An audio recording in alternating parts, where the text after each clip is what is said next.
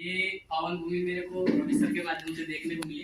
मैं 2 जुलाई को 42 साल का था, लेकिन एमपी में मैंने एंट्री पहली बार मैं मेरा नाम देवेंद्र कुमार सैनी है और अपन के यहाँ अगर जानते हो करौली वाली माता, मैं उस डिस्ट्रिक्ट से बिलोंग करता हूँ।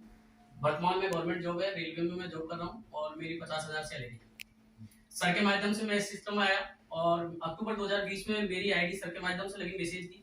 लेकिन वही बात थी सर, जो अभी सर कह रहे थे, मैं सोचता था क्या मतलब है, रेल की तरफ से काफी पैसा मिल रहा है, हर व्यक्ति गवर्नमेंट की तरफ भाग रहा है, मैं तो पहले से गवर्नमेंट, मुझे क्या दिक्कत। तो सर मैं बस ऐसे ही आईडी लगा दी सर के कहने की वजह से और बस कोई नहीं, वैसे ऐसे ही चलता रहा। फिर कोरोना का सिस्टम आ गया, उसकी वजह से हमारा संपर्क नहीं हो पाया। मैं दिल्ली था, ये यहाँ पे कोरोना में वहीं फंस गया।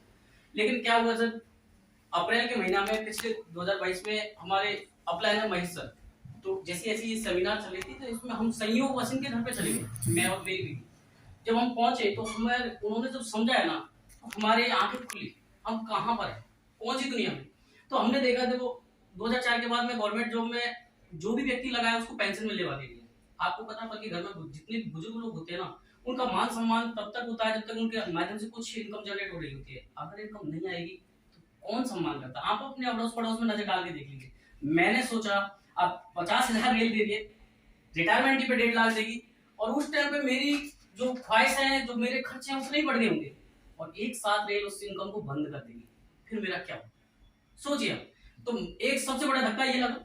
दूसरा धक्का लगा कि मैं रेल में काम करता रहूंगा तो मेरे स्वास्थ्य के लिए कहीं से भी कैसा भी सामान लाता रहूंगा, क्योंकि मेरे पास इतना टाइम होगा, मैं वहां पे ये तो कर नहीं पाऊंगा, कौन सा अच्छा कौन सा बुरा है।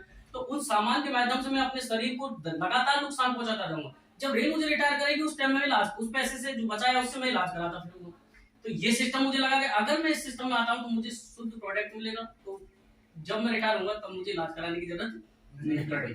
दूसरा तीसरी चीज देखी मेरे को कि मैं जिस सिस्टम में आया, रेलवे सिस्टम में था, तो वहां पर अगर मेरे बच्चे को आना तो वही संघर्ष करना पड़ेगा जो सिस्टम क्या रेलवे में जाने के लिए मैंने संघर्ष किया था। तो मैं अब नहीं चाहता मेरे बच्चे कोई गवर्नमेंट जॉब में जाए, मैं चाहता हूँ इस सिस्टम में ही आए, और मेरी बच्ची, मेरी मिसेज, मेरी माँ और मेरी भाई की लड़की, हम 14 तारीख को एनडीपी प्रोग्राम में मुकेश कोठारी सर का, वहां जा रहे हैं। हम चाहते हैं कि कैसे भी करके हम आप इस क्षेत्र में आइए और पूर्ण रूप से समर्पित हो जाइए, आप अपने जीवन को परिवर्तित कर सकते हैं। सर मैं एक छोटी सी चीज बताना चाहूंगा, और आपका कोई गोल नहीं है, लक्ष्य नहीं है, तो आपको पता ही नहीं आप किधर जा रहे हैं।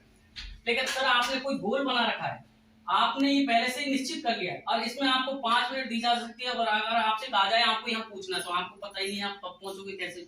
लेकिन अगर आपके पीछे कोई कुत्ता लगा जाए काटने वाला, तो आप इसको बहुत कम समय में प्राप्त कर सकते हो।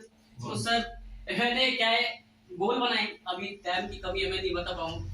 आप अपने गोल फिक्स कर लीजिए और गोल का एक टाइम भी फिक्स कर लीजिए, और टाइम को जनरली सबको बता दीजिए। आपको पता है आपने जो गोल बनाया सबको पता है, अगर नहीं आएगा तो सबके सब आप पे ताने मारेंगे।